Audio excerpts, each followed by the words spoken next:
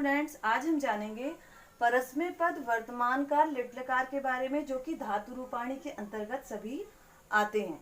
ठीक है, देखिए यहाँ पर परस्मै पद का मतलब होता है जब क्रिया का फल किसी अन्य को मिलता है, और लकार का मीन्स होता है काल। काल का मतलब होता है समय। ठीक है, आपने इंग्लिश में पढ़े हैं टेंस, तो उसमें आपने प्रेजेंट टेंस पढ़ा है, वही है उसकी फॉर्म आपको बनानी। जैसे आप इंग्लिश में प्रेजेंट टेंस की फॉर्म बनाते हैं, वैसे आपको संस्कृत में धातु रूप मीन्स ये भी वे क्या है, समय। समय बताता है आपको यहाँ पर कि आपको किसकी कौन सी फॉर्म बनानी है, वर्तमान काल की फॉर्म तैयार करनी है संस्कृत में, है ना। और ये क्या है, धातु रूप है मीन्स क्रिया है। यहाँ पर देखिए एक वचन, द्विवचन और बहुवचन। ठीक है, हमारी संस्कृत 3 फॉर्म में अपने सेंटेंस को कंप्लीट करती है। 3 फॉर्म के लिए उसके पास शब्द होते हैं। क्लियर। देखिए यहाँ पर क्या है, पुरुष। पहला है पुरुष, अन्य पुरुष, मध्यम पुरुष और उत्तम पुरुष। अन्य पुरुष का मतलब कि जो सब्जेक्ट है मीन्स करता है, वो किसी अन्य से बात हो रही है, वहां पर थर्ड पर्सन के लिए बात हो रही है। जैसे मैं और सामने खड़ा हुआ इंसान किसी तीसरे के लिए बात कर रहा हो।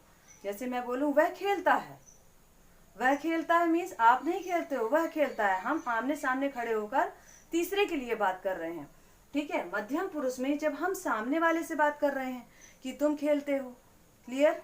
यहाँ पर उत्तम पुरुष मीन्स मैं खेलता हूँ, यहाँ पर मेरी स्वयं के लिए बात हो रही है। तो क्लियर हो गया कि अन्य पुरुष में जब किसी थर्ड पर्सन के लिए बात होती है तो कौन सा पुरुष होता है, अन्य पुरुष। और क्रिया कौन से पुरुष पे चलती है, अन्य पुरुष पे।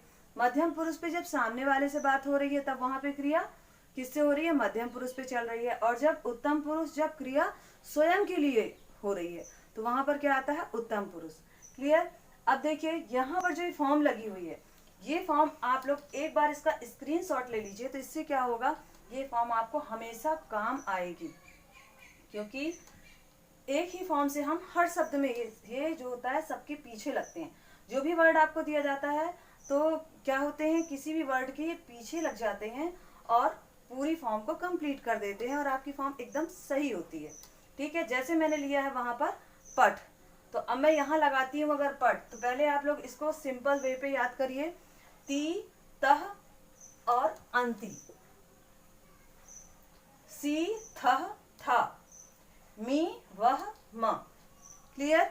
इस तरीके से आपको इसे याद करना है। एक बार आपने याद कर लिया, फिर आपको एग्जाम में कोई भी वर्ड दे दिया जाता है तो उसे आप आसानी से लिख लेंगे। केवल आपको इतना याद करना है, और जो भी वर्ड आपको दिया जाता है इसके आगे आपको लगा देना है। आपकी वर्तमान काल की परस्मै पद की पूरी फॉर्म तैयार हो जाएगी, कहीं पे भी आपको कोई मिस्टेक नहीं होनी है। तो देखिए यहाँ पर पठ दिया गया है, तो आप कैसे, अगर आपको एग्जाम में आता है पठ धातु, पठ मीन्स होता है पढ़ना। ठीक है, तो हम इस वर्ड से लगाते हैं यहाँ पर पठति, पठतः, पठतः और पठन्ति। आ को हम क्या करेंगे, रेस करेंगे, और यहाँ पर आ का उच्चारण अपने आप ही होगा, क्योंकि ये क्या है, व्यंजन है, और व्यंजन में आ लगा होता है। ठीक है, तो पठन्ति हो गया।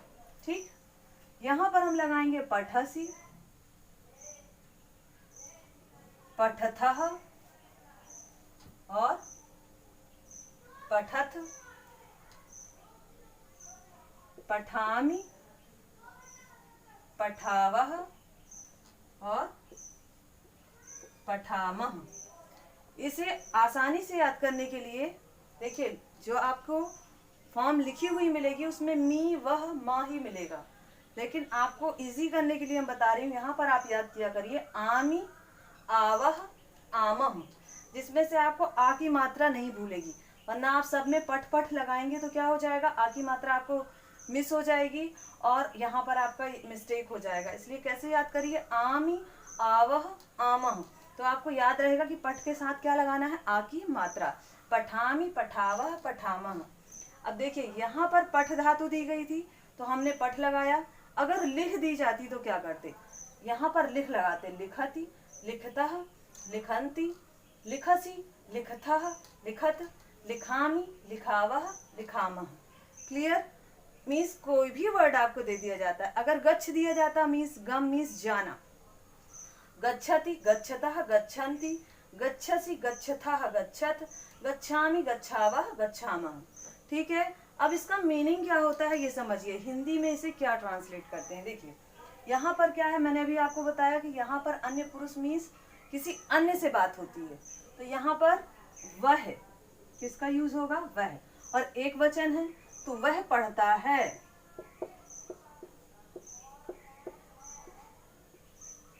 ठीक है, वो दो पढ़ते हैं, फिर वे सभी पढ़ते हैं। ठीक है, वह पढ़ता है, वो दो पढ़ते हैं और वे सभी पढ़ते हैं। मध्यम में किसकी बात हो रही थी, सामने वाले से बात हो रही है ना, यू से बात हो रही है, तो हम क्या लगाएंगे, या तो तुम लगाएंगे या आप लगाएंगे।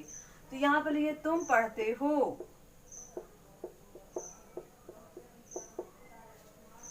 फिर तुम दोनों पढ़ते हो, दो वचन की बात हो रही है तो तुम दोनों पढ़ते हो, फिर तुम सभी पढ़ते हो।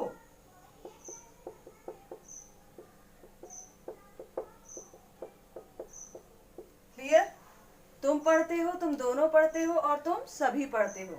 पठामी, पठावा, पठामा, इसमें उत्तम पुरुष स्वयं के लिए बात हो रही, आई के लिए। मैं पढ़ता हूं और मैं के बाद, अब यहाँ पे तो लिख लिया आपने मैं पढ़ता हूं, लेकिन जब दो हो जाते हैं तो हम हो जाते हैं, वो क्या हो जाता है, हम पढ़ते हैं और हम सभी पढ़ते हैं।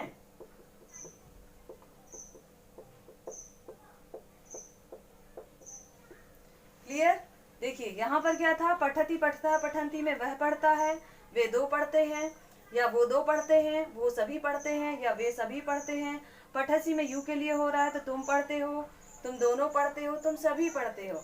और उत्तम पुरुष में स्वयं के लिए बात होती है तो मैं पढ़ता हूँ, हम पढ़ते हैं और हम सभी पढ़ते हैं। ठीक है, अब यहाँ पर आपको कोई भी वर्ड दे दिया जाता है तो आपको कहीं पर भी कोई प्रॉब्लम नहीं होनी है, केवल आपको लास्ट वर्ड की फॉर्म याद होनी चाहिए। आज के लिए इतना ही, मिलते हैं नेक्स्ट वीडियो में। Okay, thanks.